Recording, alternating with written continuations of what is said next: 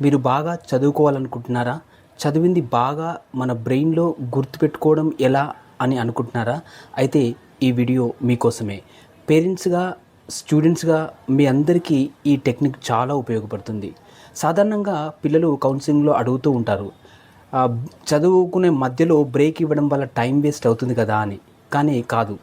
Brain rules ప్రకారము ప్రతి 25 నిమిషాలకొకసారి లేదా ప్రతి 50 నిమిషాలకొకసారి మీరు చదువుకుంటున్నప్పుడు గ్యాప్ ఇవ్వాలి. 25 నిమిషాలు కంటిన్యూగా చదివి 5 నిమిషాలు గ్యాప్ ఇవ్వాలి. లేదా 50 నిమిషాలు కంటిన్యూగా చదివి 10 నిమిషాలు గ్యాప్ ఇవ్వాలి.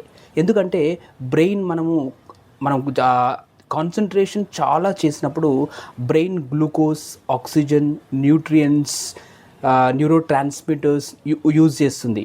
సో ఇవన్నీ కూడా మనము గ్యాప్ ఇచ్చినప్పుడు మళ్ళీ రీఛార్జ్ అవుతాయి. రీఛార్జ్ అయినప్పుడు మళ్ళీ చదువుకుంటే మళ్ళీ దాన్ని సమర్థవంతంగా మన బ్రెయిన్ రిసీవ్ చేసుకుంటుంది.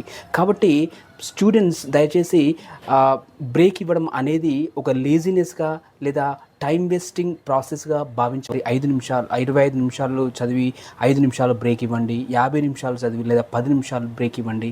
సో ఇలా బ్రేక్ ఇచ్చుకుంటూ చదవండి.